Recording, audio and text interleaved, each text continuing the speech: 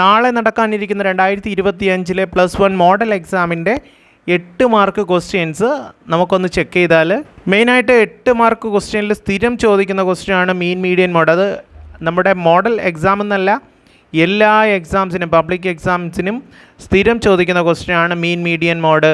അപ്പോൾ അത് പഠിക്കാത്തവർ പഠിക്കുക. 8 മാർക്കാണ്, ഉറപ്പായിട്ട് കിട്ടുന്ന 8 മാർക്കാണ് ഈ മീൻ മീഡിയൻ മോഡ് എന്ന് പറയുന്നത്. അത് പ്രാക്ടീസ് ചെയ്യുക.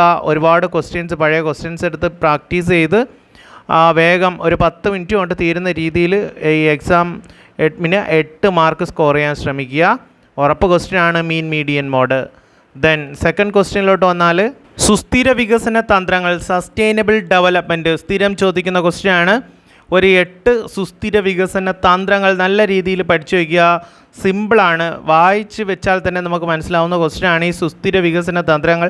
നമ്മളിതിൻ്റെയൊക്കെ ഓൾറെഡി വീഡിയോ ചെയ്തിട്ടുണ്ട്. അപ്പോൾ ഒന്നാമതെന്ന് പറഞ്ഞു mean median mode, second priority സുസ്ഥിര വികസന തന്ത്രങ്ങൾ. ഓർത്തിരിക്കുക, എസ്എ ടൈപ്പ് ക്വസ്റ്റ്യനാണ്.